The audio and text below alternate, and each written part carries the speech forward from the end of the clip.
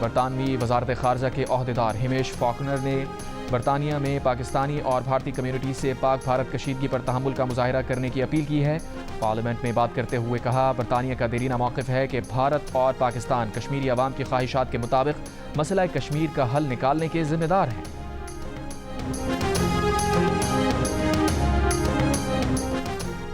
London میں Pakistani high commissioner doctor محمد فیصل نے کہا ہے کہ توقع ہے حکومت برطانیہ پاکستان ہائی کمیشن کی سیکیورٹی کو یقینی بنائے گی۔ احتجاج کے دوران پاکستانی کمیونٹی کے مثبت رویے پر فخر ہے۔ بھارت کے مختلف ممالک میں ہوئی وارداتوں میں ملوث ہونے کے ثبوت موجود ہیں۔ اگر ہمیں ہدف بنایا گیا تو مناسب جواب دیں گے۔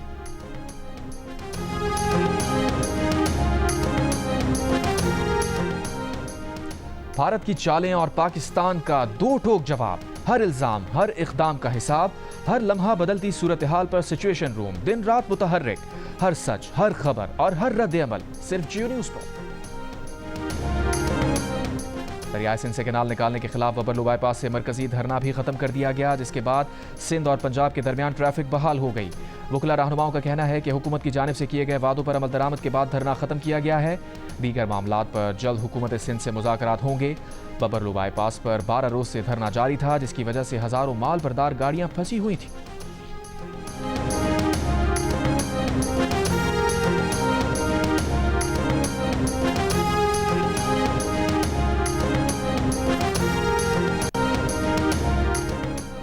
وزیر اعلیٰ سندھ مراد علی شاہ کا کہنا ہے کہ کینالز کے معاملے پر چیئرمین بلاول بھٹو نے کہا کہ جو انہوں نے کہا ہے وہ منظور کرائیں ورنہ واپس آ جانا۔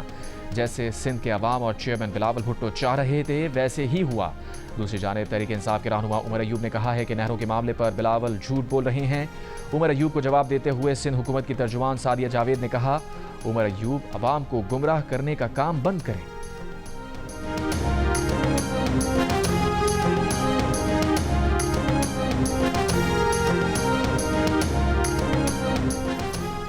پانی پی ٹی آئی سے بہنوں کی ملاقات نہ ہو سکی۔ علیمہ خان، نورین نیازی اور عظمیٰ خان کو پولیس نے گورکھپور ناکے پر روک لیا۔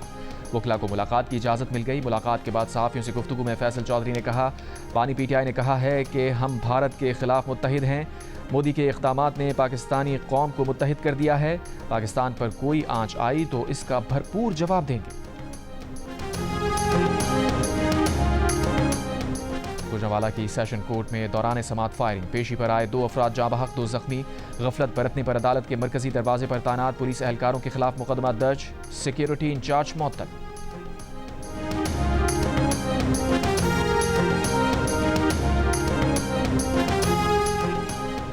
پنجاب میں گندم کی فصل میں آگ لگنے کے واقعات رپورٹ۔ آج بھی نارووال میں 17 ایکڑ گندم جل گئی۔ بجلی کے کھمبے میں شارٹ سرکٹ کے باعث فصل میں آگ لگی۔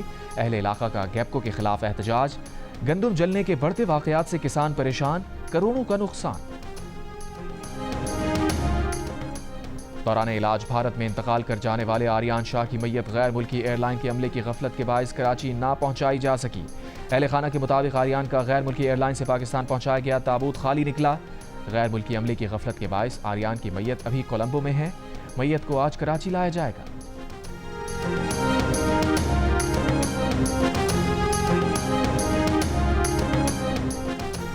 بے نظیر انکم سپورٹ پروگرام کے تحت سرکاری ملازمین کی بیگمات اور پینشنرز کے اہل خانہ کو بھی ادائیگیاں کیے جانے کا انکشاف۔ پارلیمنٹ کی پبلک اکاؤنٹس کمیٹی میں سرکاری ملازمین کی بیگمات کو 8 کروڑ 98 لاکھ کی غیر قانونی ادائیگی کی نشاندہی کی گئی۔ آڈٹ حکام نے بتایا کہ بعض ادائیگیاں گریڈ 20 تک کے ملازمین کے اہل خانہ کو بھی کی گئی ہیں۔ کینیڈا کی حکمراں جماعت لبرل پارٹی کا مسلسل چوتھی بار حکومت بنانے کا امکان۔ کینیڈین وزیر اعظم مارک کارنی کی لبرل پارٹی کو 168 اور کنزرویٹو پارٹی کو 144 نشستوں پر برتری حاصل ہے۔ 343 ارکان کے ایوان میں سادہ اکثریت کے لیے 172 سیٹیں درکار۔ کینیڈا کے انتخابات میں 2 خواتین سمیت 6 پاکستانی نژاد رکن پارلیمنٹ منتخب ہو گئے۔ اقرا خالد چوتھی بار رکن پارلیمنٹ منتخب ہو گئیں۔ اقرا خالد نے 5000 سے زائد ووٹوں سے کامیابی حاصل کی ہے۔ سلمہ زاہد 21000 ووٹ سے کامیاب ہوئی۔ شفقت علی، یاسر نقوی اور سمیر زبیری بھی منتخب ہو گئے۔ پاکستان کے شہر شجاباد سے تعلق رکھنے والے اسلم رانا بھی پہلی بار کینیڈین پارلیمنٹ کے رکن منتخب۔ انتخاب جیتنے کے بعد اقرا خالد خوشی سے اپنے والد کے گلے لگ گئی۔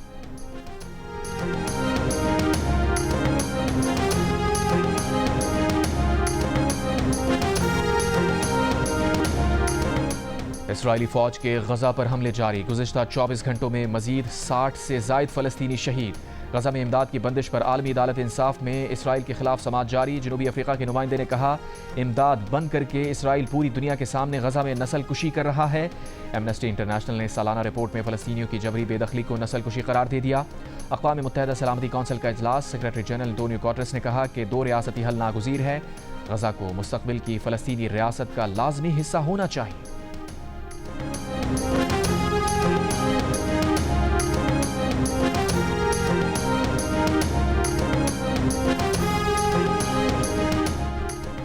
سویڈن کے شہر اپسالہ میں فائرنگ سے 3 افراد ہلاک، پولیس کی جانب سے مشتبہ حملہ کی تلاش جاری، فائرنگ کی وجہ اور حملہ کی شناخت سامنے نہ آ سکی۔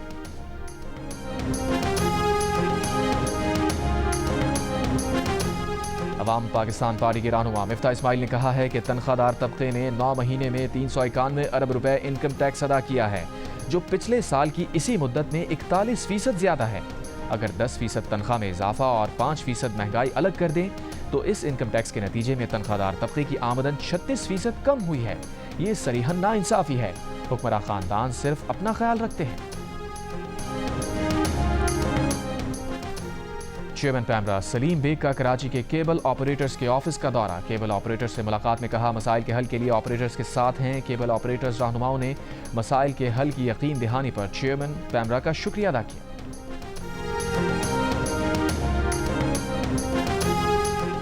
کراچی یونیورسٹی کے رہائشی علاقے کے قریب سے گزرنے والی پانی کی 84 انچ کی پائپ لائن پھر پھٹ گئی، پانی لوگوں کے گھروں میں داخل۔ واٹر کارپوریشن کے مطابق مرمتی کام میں 4 دن لگ سکتے ہیں۔ مرمتی کام کے باعث جمشید ٹاؤن، جناح ٹاؤن، لیاقت آباد، ناظم آباد، پاک کالونی، گولی مار، Sher Shah, old city area, Landhi, Korangi اور پی ایف بیس مسرور میں پانی کی فراہمی جزوی طور پر معطل رہے گی۔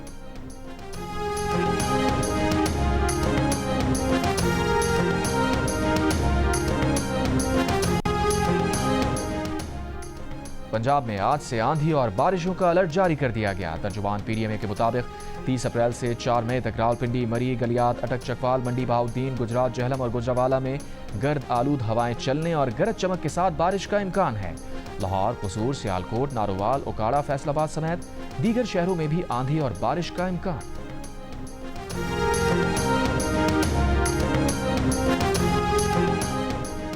پاکستان میں رواں ہفتے گرمی کا عالمی ریکارڈ بن سکتا ہے، امریکی اخبار نے خبردار کر دیا۔ واشنگٹن پوسٹ کا کہنا ہے کہ رواں ہفتے جنوبی ایشیا میں گرمی 50 ڈگری کے عالمی ریکارڈ کو چھو سکتی ہے۔ پاکستان کے وسطی اور جنوبی علاقوں میں درجہ حرارت 50 ڈگری تک جا سکتا ہے۔ اس سے پہلے پاکستان کے شہر نواب شاہ میں 2018 کے اپریل میں پارہ 50 ڈگری تک گیا تھا، جو ایشیا بھر میں گرمی کا ریکارڈ تھا۔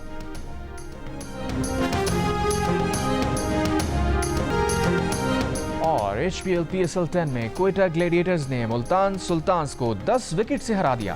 خرم شہزاد کی تباہ کن بولنگ کے باعث ملتان سلطان صرف 89 رنز پر ڈھیر ہو گئے۔